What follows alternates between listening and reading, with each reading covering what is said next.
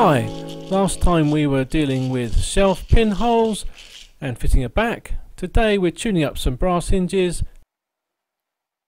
High quality hinges are great, but they're also expensive. If your budget doesn't stretch to that, here's an idea that'll give you just as good a finish. These mid-range brass knife hinges are 1/5 the price of the Brousseau equivalents. The main problem with this set of hinges is that the pivot is a bit loose. So I tackle that by adding some filler material. First we clean out the pivot hole with some fine sandpaper.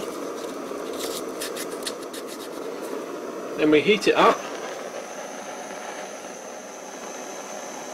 And then lay in some cold solder on the inside of the pivot hole.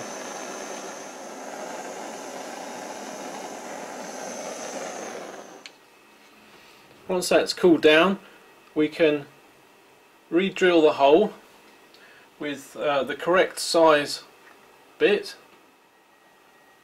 The pivot pin measures 6.33 millimeters, so if I drill out a hole that is 1/4 of an inch, 6.35 millimeters, we should have a nice snug fit.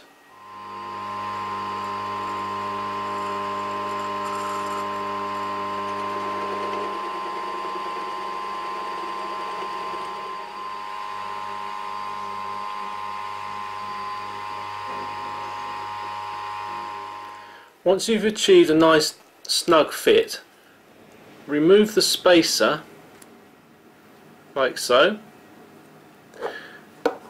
then lock it with a small nut and bolt, and then what we do is flush these edges up on some sandpaper and some wet and dry paper to polish them, making sure we keep them parallel. And once that's done, we can create a nice round over the end and polish that. Then we can take them apart and put in a thinner spacer. And that's one side, nice and flat, flush surfaces. So now we can turn our attention to the opposite side, and keeping even pressure along the length, we should be able to maintain parallel with this first side.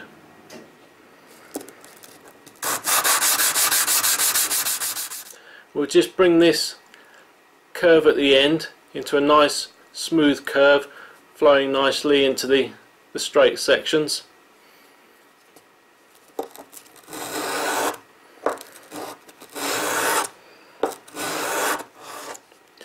Just how long and how much effort you have to put in here will depend on the quality of the hinges that you have in the first place. Once we've finished polishing the main hinge body, what I like to do is to cut off the excess of the pivot and just round over the top of it. Before long we've got our 4 knife hinges all finished off. Lovely snug fitting pivots, lovely snug fitting pivots, flush all around and nicely polished.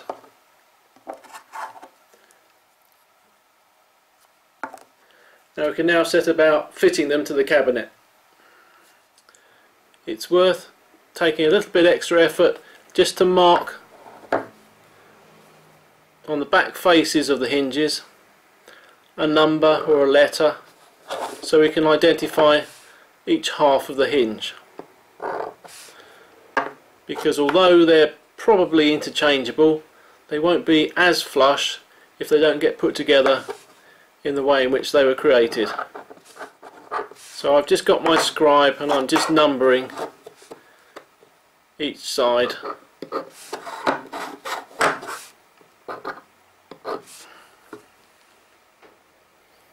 Join me next time when we fit them to the cabinet.